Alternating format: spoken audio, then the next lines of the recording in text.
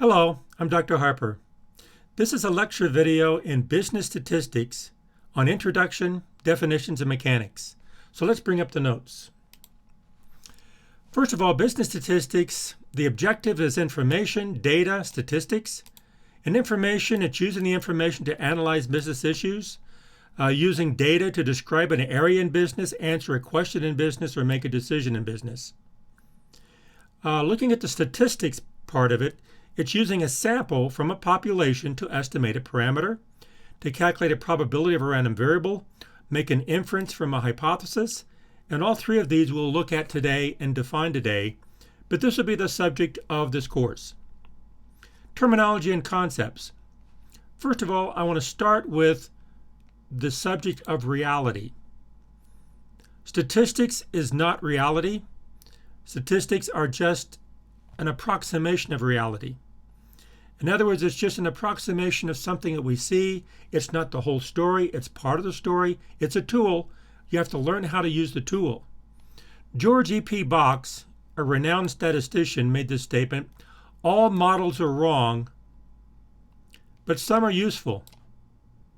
It's a great statement because what I take from that is that all models are not reality, but they're close enough to where they can be useful to make decisions, to describe an area in business, answer a question in business, or make a decision in business, or make an inference from a hypothesis. So a lot of things we can do with models, but they're not reality. Perceptions. Well, first of all, you have to understand the concepts behind a population, the variables, and the levels of measurement, and we'll look at these today in this video. First of all, the population.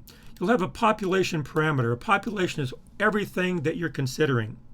And the parameter is some measure from that population. But then you take a sample from the population and you have a statistic. And from that statistic, you can estimate a parameter. And that'll be a sample estimate from the sample. Now the variables can be qualitative or categorical, quantitative, discrete, or continuous variables. Variables can also be independent variables, explanatory variables where you explain something, dependent variables where you're responding something. Levels could be nominal, ordinal, interval, ratio, scale, levels, and we'll look at those today in this video.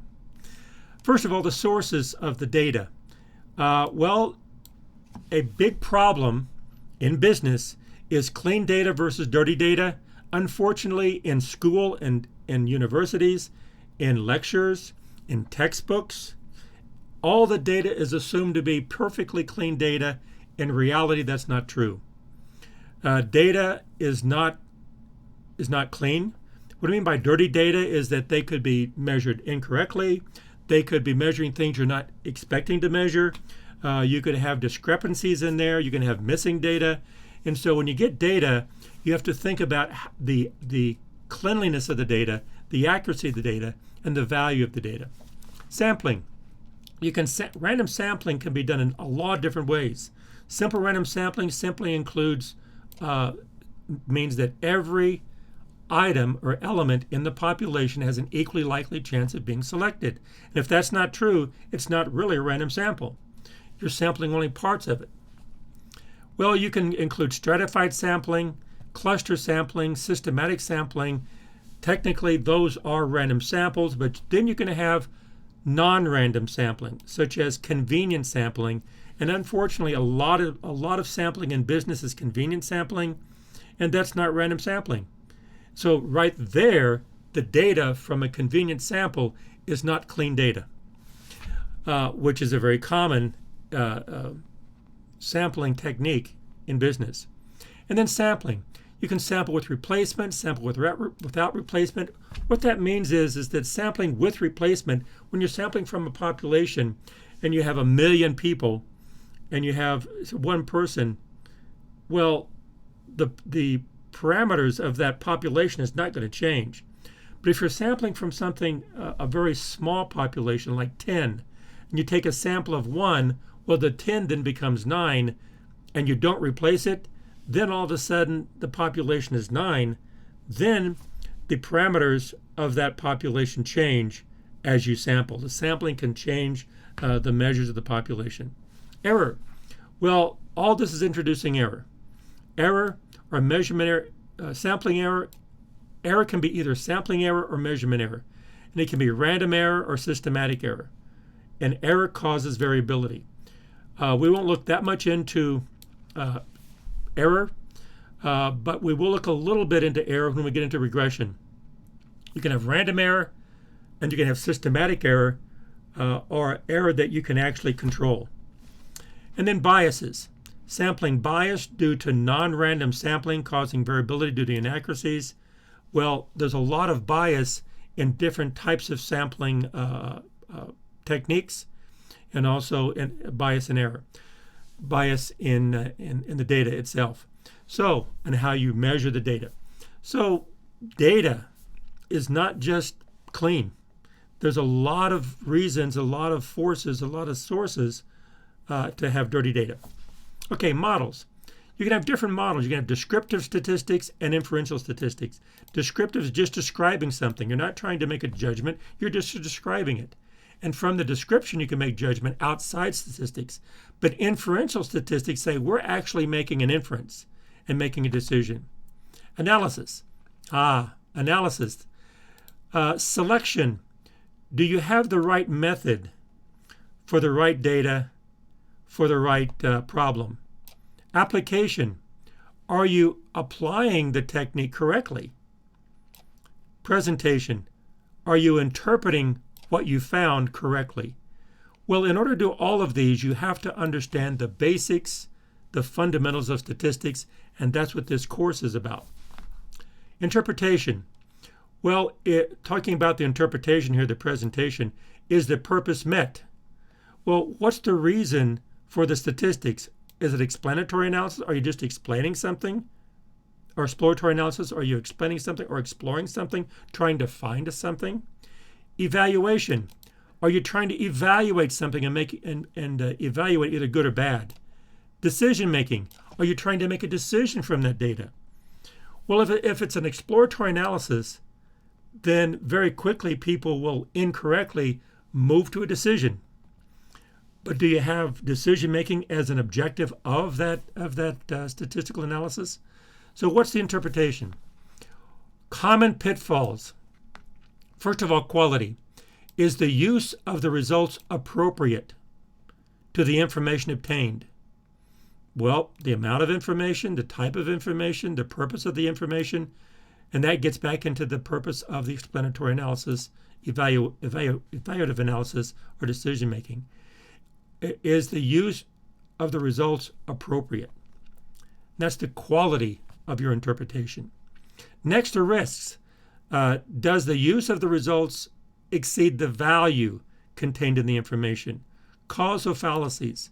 Well, the idea of like, well, if we found this, therefore, and then you make judgments that are causal fallacies, that's not a proper inference from the data that you have. So, do the results exceed the value contained in the data? Look, this is done so many times. We have a sample of 1. Oh, therefore the population is this. Well, the cause and effect of 1 will cause this, or if this happens, then that happens. That's going to be a risk of causal fallacy. But there's another fallacy of generalization. Is the use of the results beyond the capability of the data or statistical analysis? Generalizations.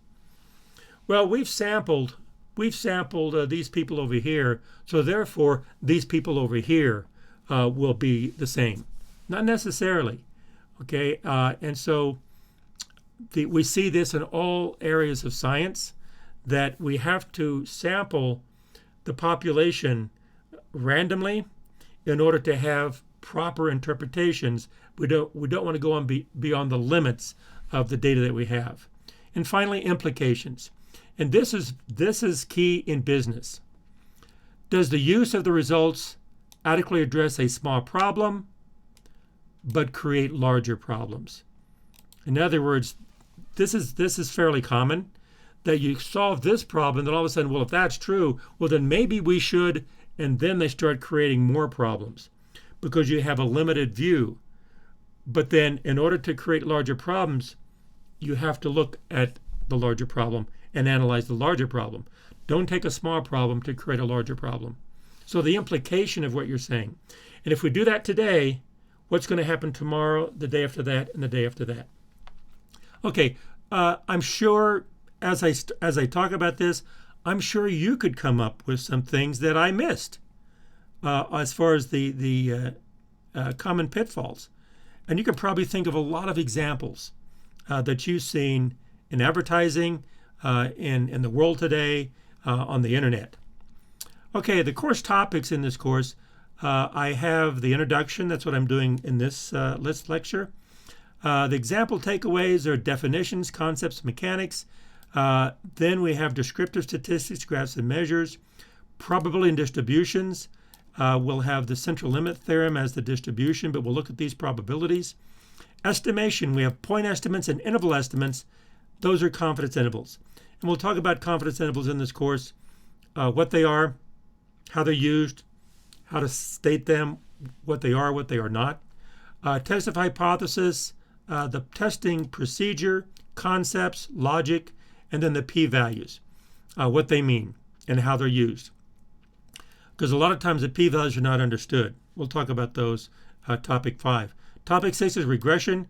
We'll look at correlation and interpretation of regression and correlation, and the ANOVA table. ANOVA stands for Analysis of Variance, and we'll look at variances way back here. Actually, we'll look at variances today in this lecture. But the ANOVA table, Analysis of Variance, all the way through is a key understanding of variability of statistics. Okay, so let's get into it.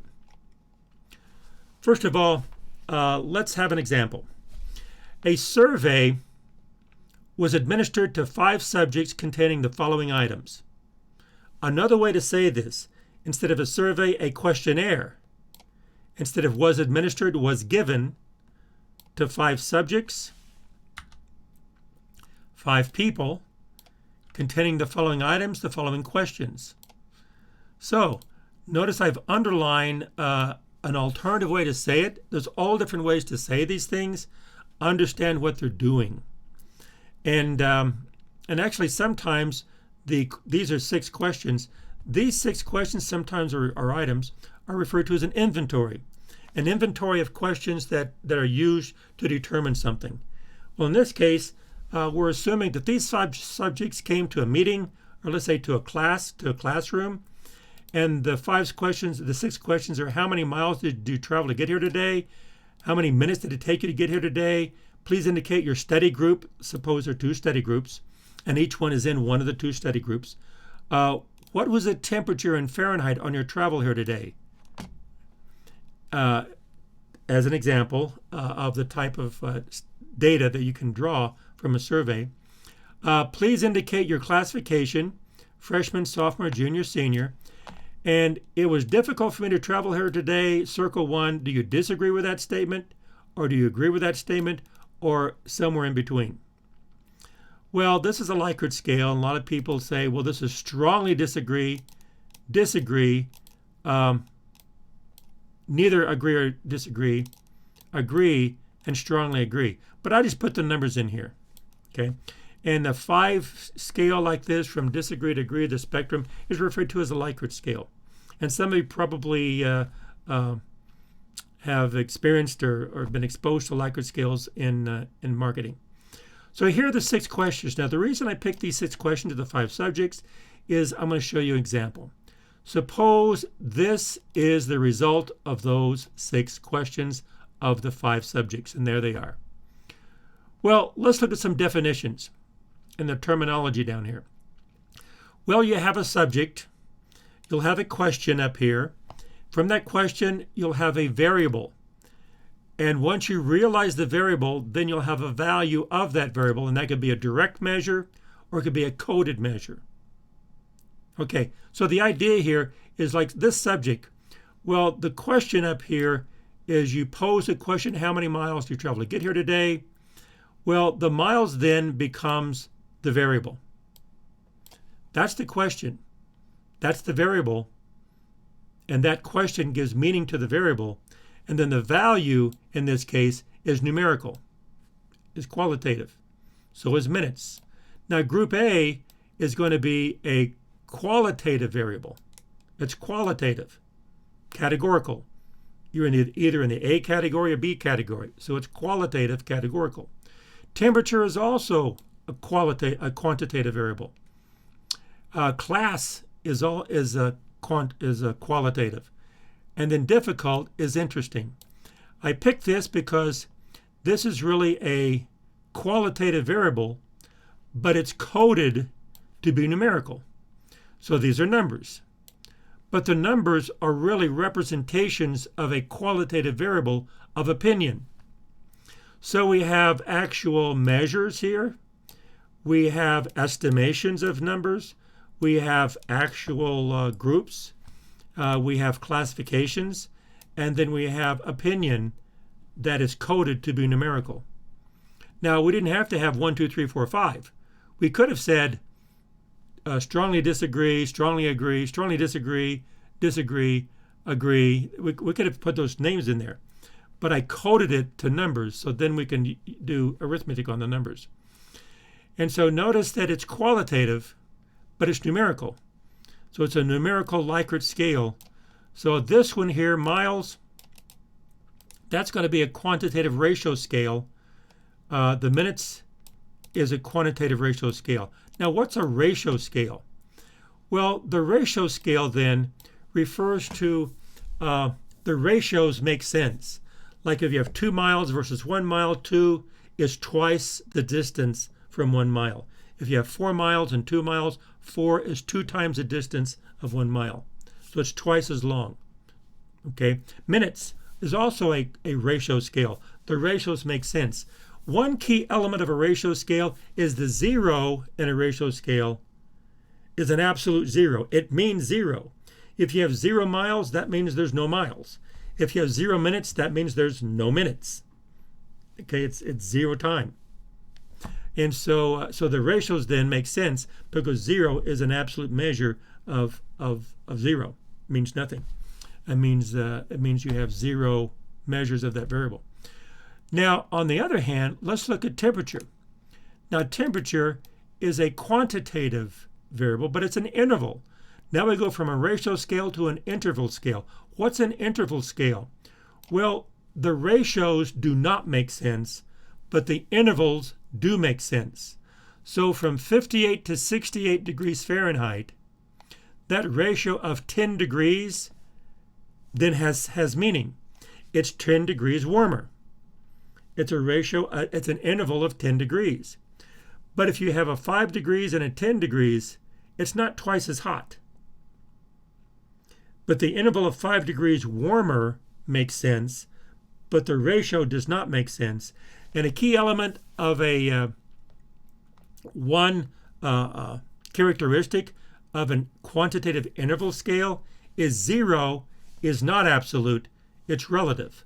For example, 0 degrees Fahrenheit does not mean no temperature. There is temperature. Actually, it's below freezing. 32 degrees Fahrenheit is freezing. 0 degrees doesn't mean no temperature. It's an arbitrary scale. If we did Celsius, then 0 would be 32 degrees Fahrenheit. So 0 is arbitrary. You just pick a scale and measure. So the intervals have meaning. The ratios do not have meaning. 0 is arbitrary for an interval scale. 0 is absolute for a ratio scale.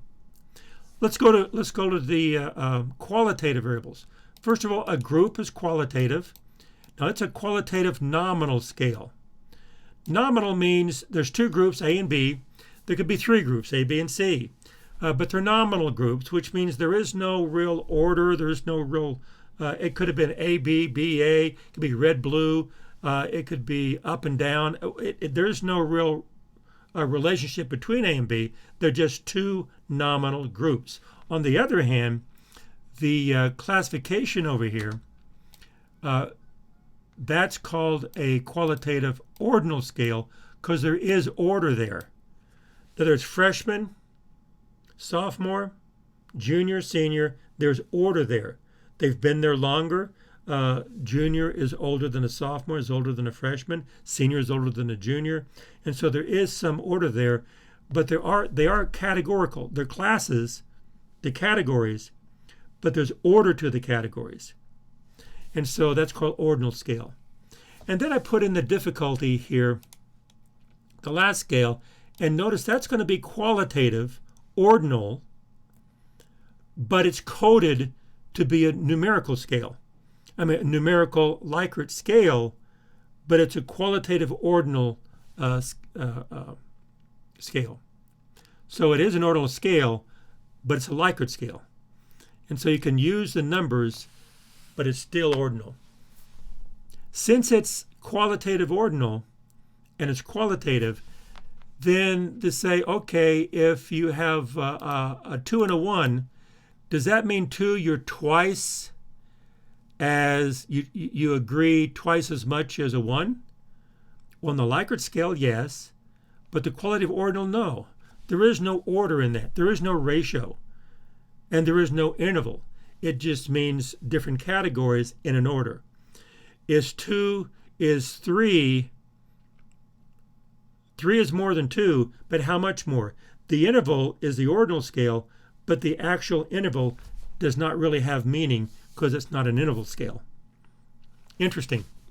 Okay, let's go on. Random variables. Well, the qualitative is categorical, as we've mentioned. The quantitative can be continuous or discrete. Okay, well, in this case, there is no discrete here. These are all continuous because you can have partial miles, partial minutes, partial temperatures, but later we'll have discrete numerical scales. Qualitative variables follow nominal and ordinal scales, and quantitative variables follow interval and ratio scales. And then the type and magnitude of error is the cause of variability. Measurement error. Well, measurement error can be random error unexplained or systematic error explained. So this is as deep as we'll get into error because this is the important introduction to error. Random error is that we don't know, it's unexplained. There's going to be error.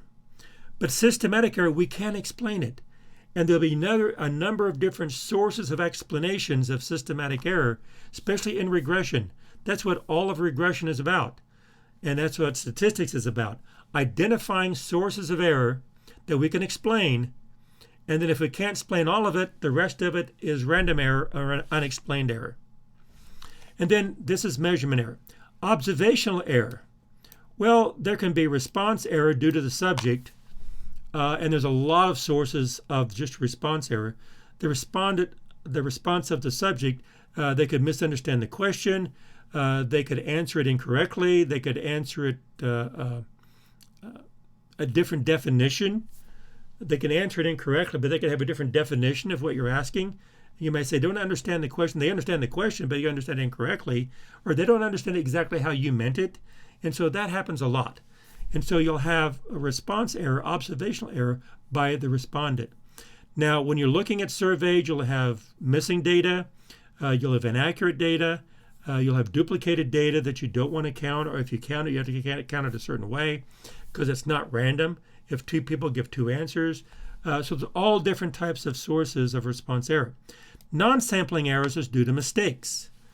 These are errors that are non-sampling. You just make mistakes. A lot of times when you take surveys, you write it down. And when you write it down, then you code it. When you code it, then you store it.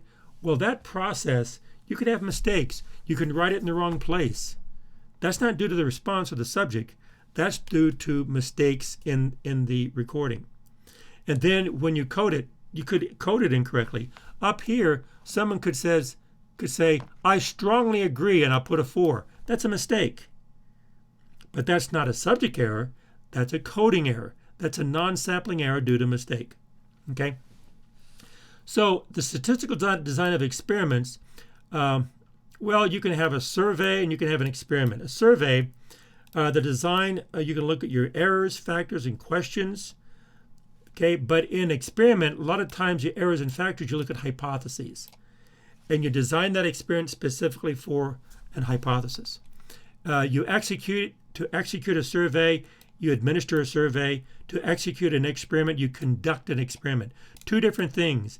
Administering a survey is following the rules. Conducting an experiment has much more control over sources of error.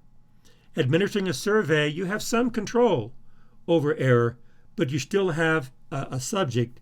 When you're taking a survey, you still have a subject that could introduce error. When you collect the data, you either observe it, you observe your responses, or you measure your results. Well, observing responses, recording them down, sometimes it's direct, sometimes it's observational. I think this person was nervous, and so there's some judgment in there. But measuring results, you have much smaller error. Okay, the error is much smaller when you actually measure results, especially if you have a good person doing the experiment and they know what they're doing and they know how to use the instruments, and you can have a very good, very small error in the measurements. Recording it. This is just collecting the data. Then you record it. And recording it is direct recording or coded, as I set up here. Down here, a device could measure it and make sure the controls on the device are correct. Or observation. You can observe that they did it 3 times, they did it 2 times, they did it once. Okay, they went back and corrected themselves. So you can make observations. Okay, well this is the general introduction to terminology and an overview. Now let's look at some subjects in this course. First of all, the survey. Let's come back to the survey. 5 subjects, and there's the data. Okay, now let's look at descriptive measurements, graphs and measures, descriptive statistics. Let's look at a single variable, which is referred to as a univariate. Una is one, single. Variate is the same as a variable. So univariate means a single variable. Okay, well, let's pick one of these. Notice I picked miles. So let's pick this right here. I bring this down, and there it is. So now let's look at this thing. Let's say, okay, let's look at this. Assume it's a sample. Let's look at this, and let's look at it with a graph. Well, there's a lot of different graphs we can use, and we're going to be using a lot of graphs when we look at descriptive statistics. This is just an introduction. Well, one graph is called a dot plot. Okay, we'll do, here's the x-axis here. Just miles goes, the minimum is 1, the maximum is 8. So let's go 1, 2, 3, 4, 5, 7, 8, 9. Okay, here's a 1. Subject 1 has a 1. Let me put a star there. Subject 2 and 3 both had 3 miles. So into 3 miles, we'll put 2 stars because it happened twice. The frequency is 2. And then 5 happened once and 8 happens once. There's 5 and there's 8. And so the frequency was 1 on each one of those miles. And so this dot plot now, we can see how the data is distributed over the range of values of the variable, 1 through 8. If we look at, there's 3, 1, 2, and 3, there's a frequency of 3. 5, 6, 7, and 8, there's a frequency of 2. It's heavier on the lower end, it's lighter on the upper end. So we can just kind of like have a visual feeling of the distribution of miles from this sample. Let's look at a measure. That's a graph. Let's look at a measure. Let's look at a measure of central tendency called a mean. Now I'm sure this might be simple. Some of you know this quite well. Follow me because I'll be using this approach, and we'll go deeper and deeper and deeper here just shortly. So how far do they come? Consider a measure of miles. Let x sub I be miles. That's the variable. But I is the subscript, which is the subject. Okay, so assume the data was drawn from a sample of 5 subjects. Consider the average or sample mean. The sample mean is one measure of something called central tendency.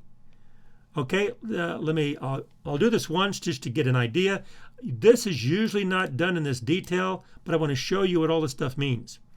So let's let the subject 1, 2, 3, 4, 5 be I. I equals 1, I equals 2, I equals 3, I equals 4. X sub I, X sub 1. Well, the variable 1 up here is going to be 1 mile. The variable of the second subject is 2 miles, or 3 miles. 3, 5, and 8. Now, we have the sum of these. Well, to get the sum, the average, you take the sum and divide by the number in the sum. Well, the number in the sum is the sample size is 5. But what's the sum of these? We'll just add these 5 numbers. Well, mathematically we say that the sum is a sigma of x of I, where I goes from 1 to 5. So they take the summation of x of I, where I goes from 1 to 5.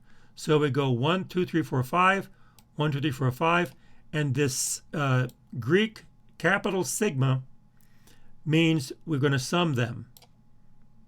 Okay, we have a capital pi, which will multiply, but a capital sigma, we sum.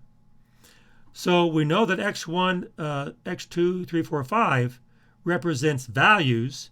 So from the variables, we substitute in the values, and then we add them up, and we add them up, and it becomes 20.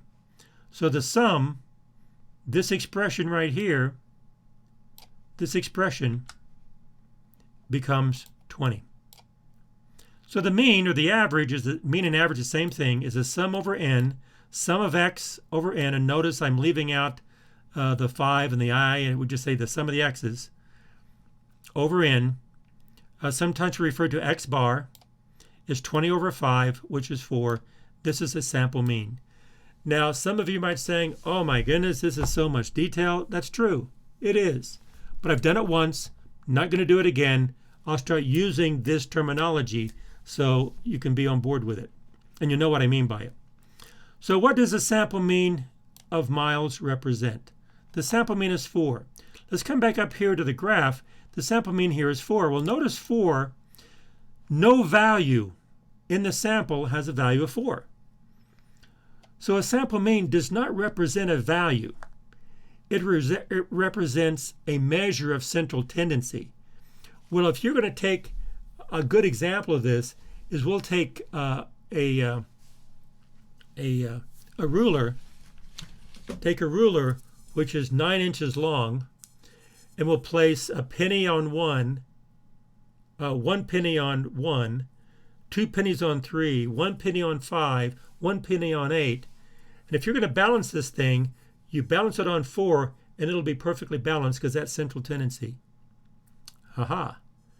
And some people actually illustrate it that way. Central tendency is a central tendency. It's not a value of the sample. It's a central tendency of the sample, and it'll be balanced there. I didn't come prepared to do an experiment, but you can visualize it. Actually, you can try it yourself. Get a ruler, take something heavy, but have them equal weights, 1, 2, 1, 1, and 4 will balance that thing. But make sure this is 9.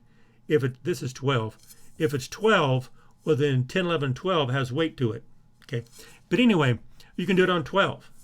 But anyway, so that's what central tendency mean. Well, also from physics, this is a business course, but hey, everything's related. From physics, that central tendency then, that 4 becomes the first moment. It's the first moment of the distribution because that's central tendency, and that's where it's balanced. And that's used in civil engineering all the time to balance things out, to make sure everything is balanced. Okay, that's enough of that. How long did it take? Oh, let's come back here and look at the minutes. Okay, well, we can do a dot plot of that, or we can take the mean, 13 minutes. On the average is 13 minutes. Okay.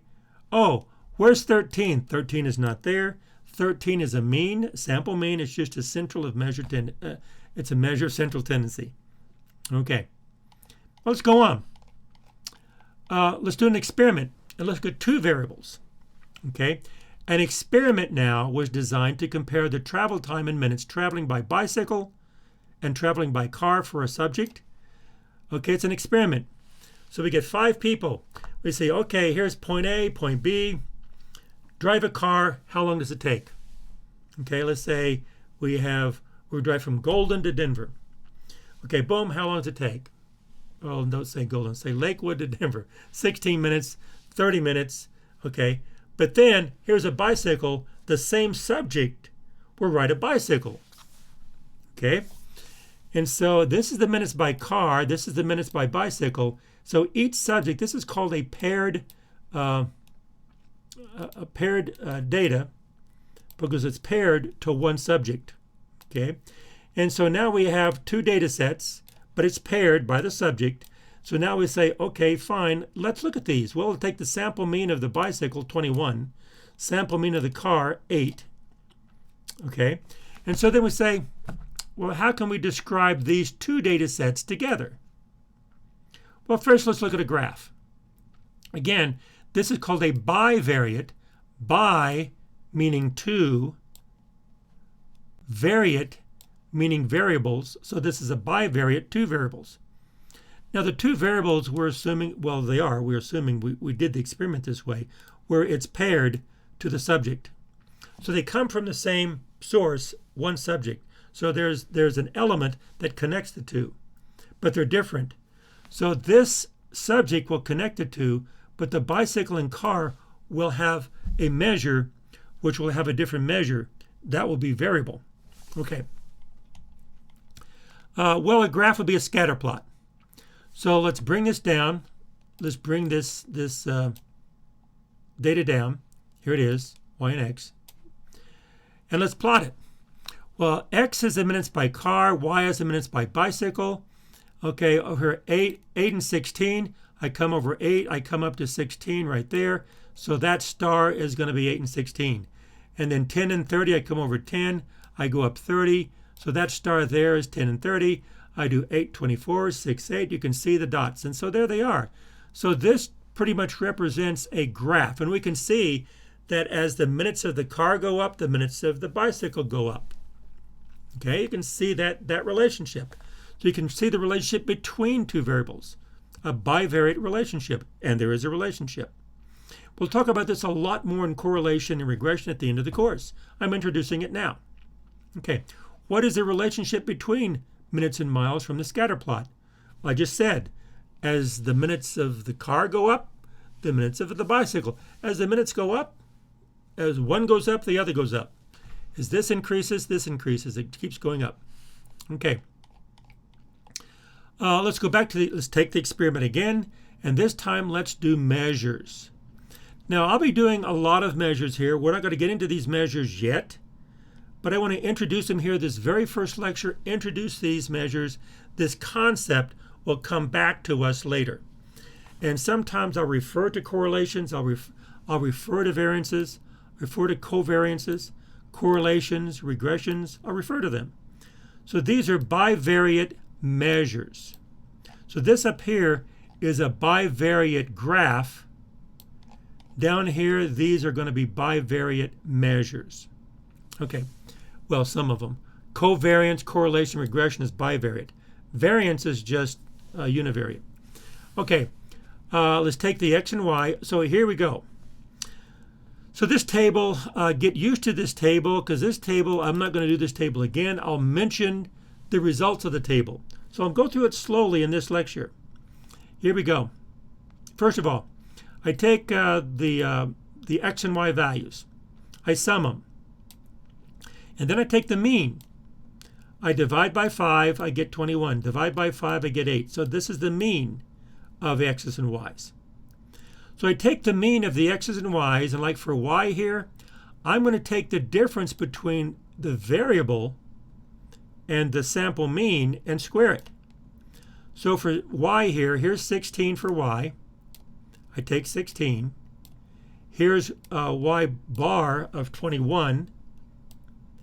I take the difference, I square it, and that comes out to be 25. 16 to 21 is 5. 5 squared is 25.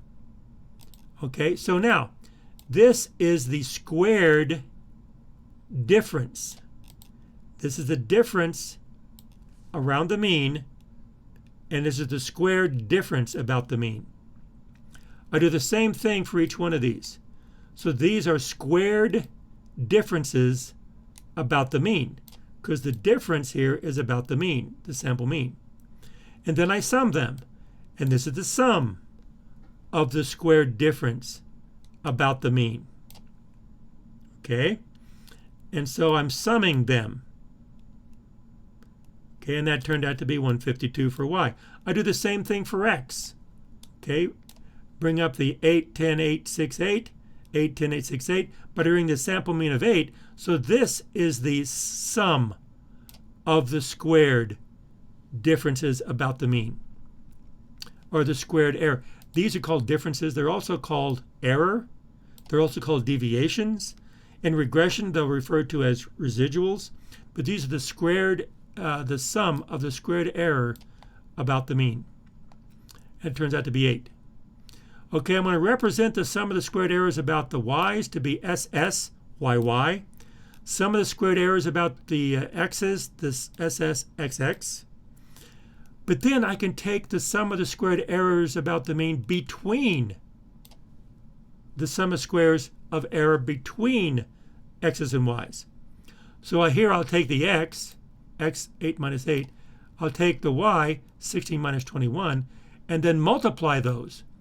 It's still called squared error because it is error, error, and you multiply it.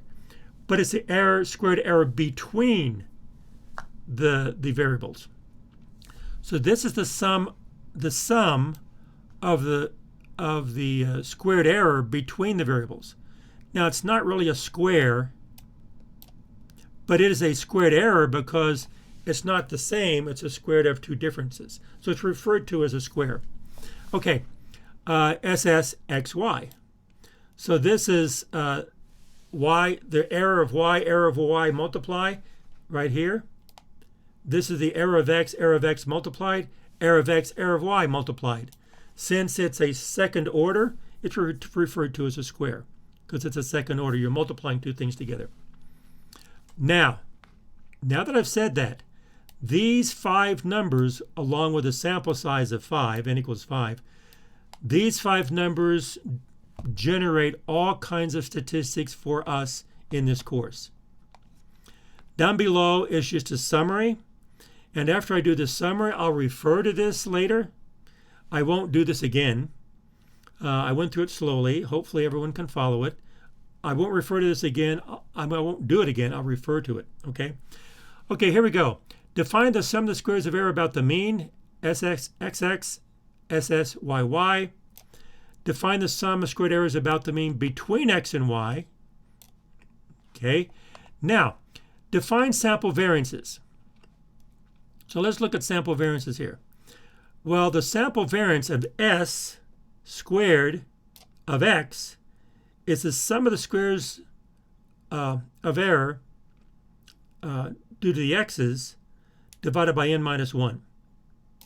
That's a sample variance of the x's. So the sum of the squares of the x's here, this 8 divided by 4, because n equals 5, so n minus 1 is 4. The n minus 1 in n, we'll talk about that later, but n minus 1 is a sample variance.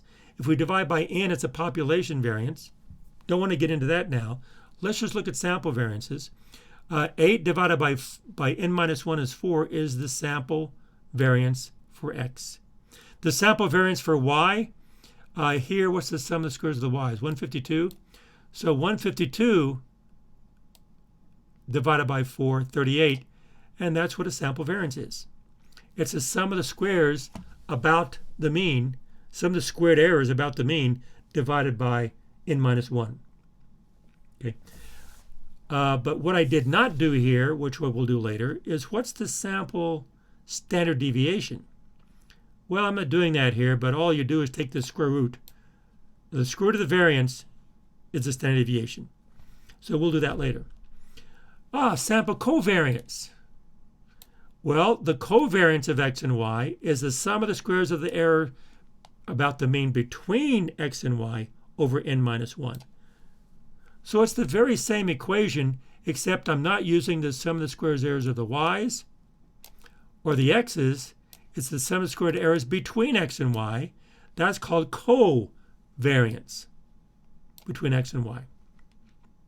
So I take the 30 divided by 4 is 7.5. Now, correlation. Okay, the correlation between x and y, I'm using an R of x and y. This is the sample correlation between x and y. Or it's the correlation. Correlation is correlation. Correlation of x and y, I take the sum of the squares of errors between the variables divided by the square root of the sum of the squares of error of the x's and y's. 30 over the square root of 152 and 8. Now that squiggly equals means approximate. In other words, I rounded to 2 decimal places. So it's approximately 0.86. Actually, if I do this, it's 0.8600 something something something. I just rounded to 2. That's why I have approximately. This means approximate or rounded. Okay. But one thing about correlations we'll talk about, I'll say it here, is the range of the correlation. This number right here will be between -1 and +1. And so the correlation is a measure between variables that's used. If the correlation is 0, that means there's no correlation. There's no relationship. As it approaches 1, there's a positive correlation. As it approaches -1, is a negative correlation. We'll talk about that later in the course. I'm introducing how to calculate those numbers here. This is mechanics. Later we'll talk about the concepts, logic, application, interpretation. But there's one more left. Regression. Regress the dependent variable y, minutes bicycles, on the independent variable x, minutes and cars. Well, when we get into regression, we'll define dependent and independent. We'll define y and the x's much better. But for here, let's just assume our model is y equals the intercept plus slope times x. So we want a line, we want a regression, a line through this, like going from left to right, a positive line with a positive slope here. Intercept and slope line through this. So let's, how to do this. Interestingly enough, we're using these 5 numbers again. Okay. First, whoops, went too far. Sorry. Here we go. Intercept and slope. First of all, the slope. Well, to estimate the slope, we take the sum of the squares between x, y, divided by the sum of the squares of the x's. In other words, it's going to be 30 divided by 8. That's the slope of the line. Again, it's the ratio of these two. That's the slope of a regression line between x and y, where y is the dependent variable, x is the independent variable. X is the x-axis, y is the y-axis. Now the estimate of the intercept, though, is y bar is 21, minus the slope, which is 3.75, times x bar, which is 8 up here. Here we take x bar and y bar, and the slope, and we get a -9. So now our regression equation, y equals -9 plus 3.75 times x, or the minutes of the bicycle is -9 plus 3.75 times the minutes of the car. So we have a relationship, okay? And the correlation is 0.86 again. So I'm introducing this here. This is an overview of the course. We'll do this at the end of the course. So we're not doing this now. We'll revisit this at the end of the last subject, actually. Okay, but what we'll do earlier is going to be probability. It's probability. Let's go back to the survey. Let an event be one subject selected at random. Okay, let's say subject 2 or subject 4 at random. Let the random variable is the survey results of the subject. Okay, that's these up here. These are the variables. Consider the likelihood of a probability of an event. If we select one of the subject at random, consider the probability statements about the miles the subject traveled. So let the random variable x equals miles. So let's look at the miles again. Here we go. So we bring these miles down. There they go. So we say, okay, well, we want to talk about probabilities. If we select one of these subjects at random, that's an event, then what's the probability they'll have a certain number of miles? So we can make a statement about it. Well, to do that, let's take, this is how it's done. They take the variables of x and come over here and say, well, x, we see that it's 1, 3, 3, 5, 8. Well, x takes on values equal 1, either 1, 3, 5, or 8. And the frequency of those values, well, in this sample here, 1 happens 1 time. The frequency is 1. 3 here, well, 3 happens 2 times. So the frequency or count is 2. So 3 has a frequency of 2 because it happens twice. 5 and 8 have a frequency of 1. So this is the frequency of x in this sample. Well, if I add this up, the total frequency is 5 because there's 5 subjects. If I divide through by 5, these frequencies then become probabilities. So now I can have my random variable x take on these values with these frequencies or these probabilities. And so here's a frequency table and here's a probability table for the random variable x, which represents the miles from this survey. Okay, then I can come over here and graph it. Well, the frequency takes on values either 1 or 2. The probability takes on values 0.2 and 0.4. Here's the value of my x's, 1, 2, 3, 4, 5, 6, 7, 8. Well, I can have a bar chart here. I can have a histogram. I can have a plot of a distribution of the frequency or probability. Well, the frequency probability is 1, 2. Here's x is 1, 3 is 2, 5 is 1, 8 is 1. Here's 1 is 1. Frequency of 1 or probability of 0.2 right here. Okay. And then 3 is 2. Either frequency of 2 or probability of 0.4. And 5 is 1 or 0.2. And 8 is 1 or 0.2. And so here I have a frequency distribution of my random variable x or a probability distribution. They're the same. The only difference is I'm going to label them differently. A frequency distribution and probability distribution are the same things. They're just labeled differently on the y-axis. That's all it is. Okay?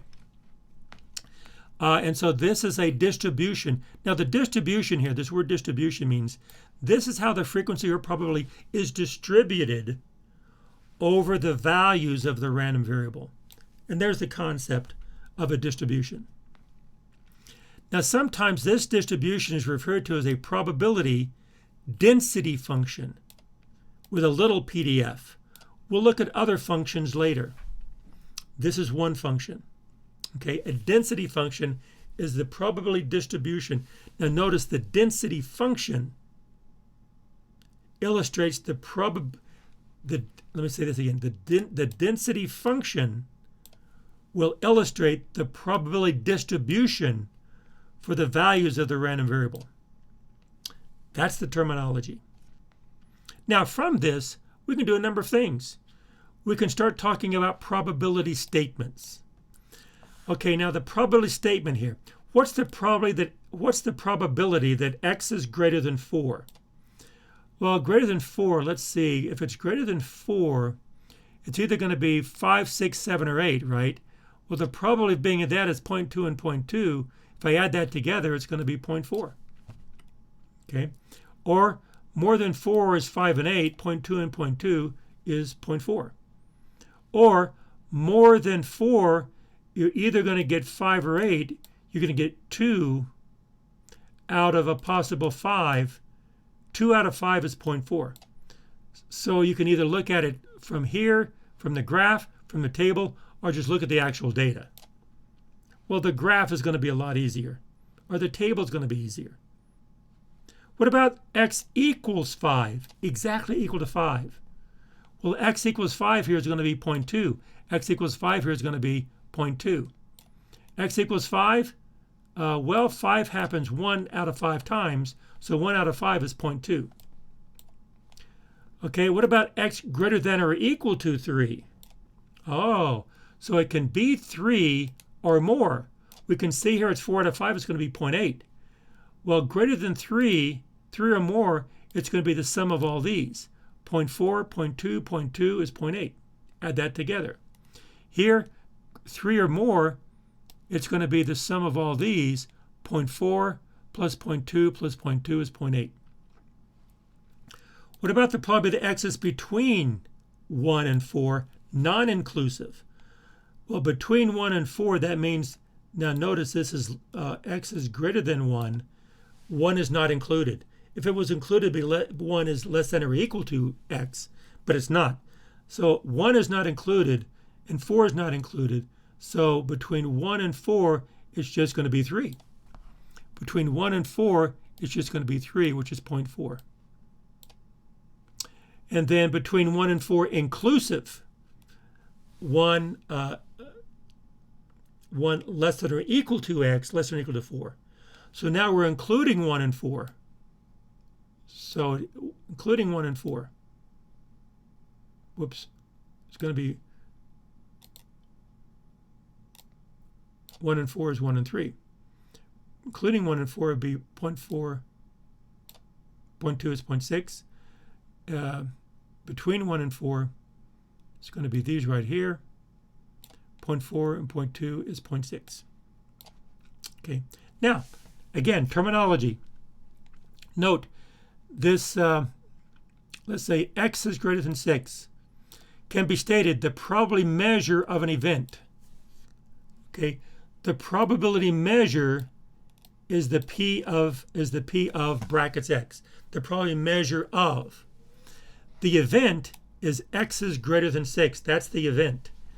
So the probability measure of that event then is going to be 0.2. And in mathematical statistics, that's how it's stated. So now we have measures, we have events, and we have measures of events. Okay, now I'm introducing the foundation here.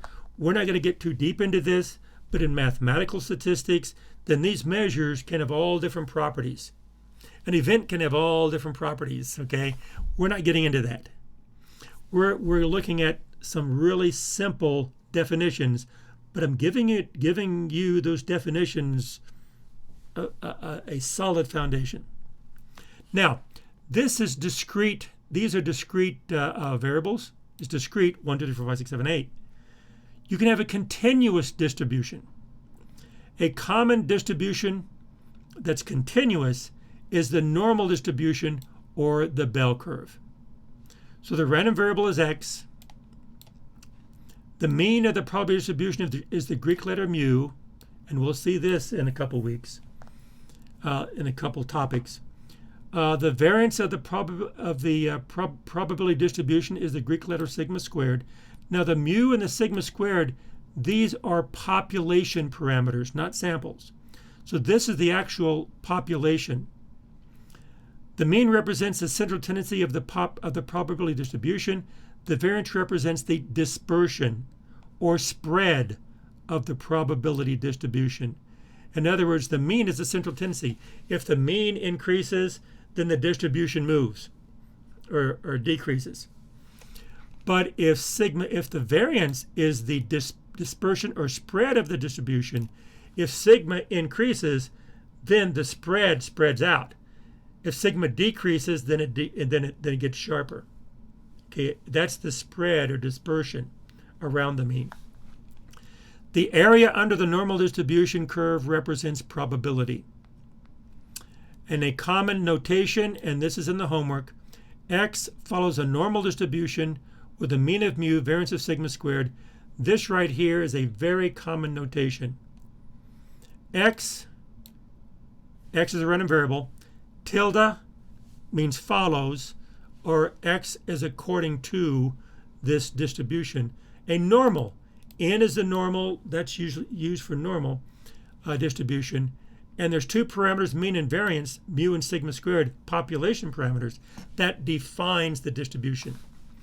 So the random variable x is normally distributed with a mean of mu and a variance of sigma squared. That is the way you state that. Or the random variable x follows a normal distribution with mean mu and variance sigma squared. So this right here you can say is normally distributed, or it follows a normal. That's the language that's used in statistics. Okay, finally, now we're at the end here. The final distribution here. Probability and distribution survey data. A survey was administered to 5 subjects again. I'll take this survey data again, but this time let's consider 2 factors, bivariate, 2 factors, group and classification together for a subject selected at random. Okay, group and classification. Here's a group and classification over here. Aha, so I'm going to be looking at categorical variables. Okay, one categorical variable is nominal and one categorical variable is ordinal. But both are qualitative variables in the categorical. Construct a contingency table for the two factors using frequencies and probabilities. Okay, let me bring these down. Boom, I brought them down here. Here they are. There they go. There's a group. Okay, now I want to construct a contingency table for the two factors. Okay, well, group. Well, the group is going to be over here. And there's two groups, A and B. So the factor is a group. The levels of that factor is 2, A and B. Now classification, well, the classification is up here. So the factor is classification. The levels of that factor is 4, freshman, sophomore, junior, senior. Okay, so now I have a contingency table. I have the group contingent on the class or the class contingent on the group, however you want to say it. So right in here, I want to place the frequency. Okay. A. Well, A here, the first one, subject one is an A and a junior. A junior, I'll put a 1 there. B is freshman. For B, freshman, I'll put a 1 there. A sophomore, I'll put a 1 there. B junior, I'll put a 1 there. B sophomore, I'll put a 1 there. Okay, and then I'm done. Now notice there are zeros in here. Well, usually, because we have a very small data set, sample size of 5, it's very, very small. But usually the data set is much larger. We'll see much larger data sets in the homework, and I'll go through this homework with you. In the homework videos, that's where I do the Excel and show you how to do the homework.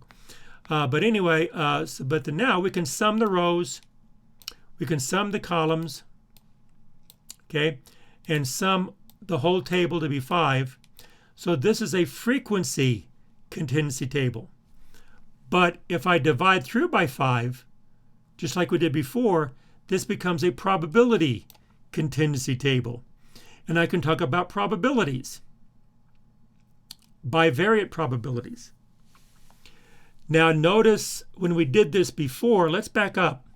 When we did this before, I talked about a probability distribution and I graphed it. So I had my table for my univariate, and I had my graphical distribution table, frequency distribution, probability distribution of a univariate. But now we have bivariate. Now notice I'm not graphing this.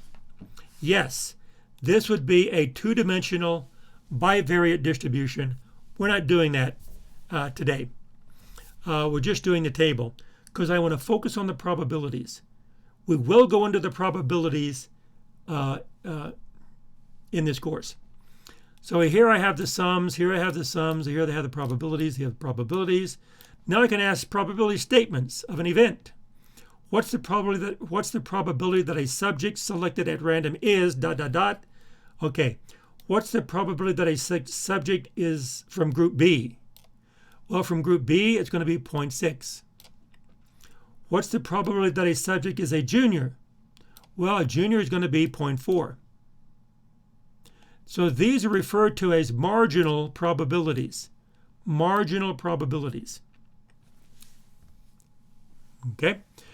What's the probability that a subject is from group B and a junior? Oh, from B and a junior, it's going to be 0.2. That's an and. What's the probability that a subject is from group B or a junior? Oh, it's either or. Well, if it's a junior, it's 0.4. If it's B, it's 0.6. So if I add 0.4 and 0.6, I've added 0.2 twice. So I take the marginal of the B, 0.6, the marginal of the junior, 0.4, and I take the group B and junior and subtract that out. Okay? These are referred to as joint probabilities. So we take a marginal and we subtract the joint probability to get the OR. Now the AND, you just look at the joint probability. The OR, you take the marginal and subtract the joint probability. Now finally, what's the probability that a subject is from group B given a junior? Now what this means is you're given information. You say, okay, you know it's a junior. Oh, I've selected a junior. So that subject selected at random is a junior. That's a known. What's the probability that that junior is from group B? Oh, if I know it's a junior, then if it's from group B, look up here, there's 2 juniors, and there's 1 junior that's a group B. It's 1 out of 2, or 0.2 out of 0.4. So it's 0.2 divided by 0.4, 1 divided by 2, 0.2 divided by 0.4, which is the same as the joint probability divided by the marginal probability. The joint divided by the marginal.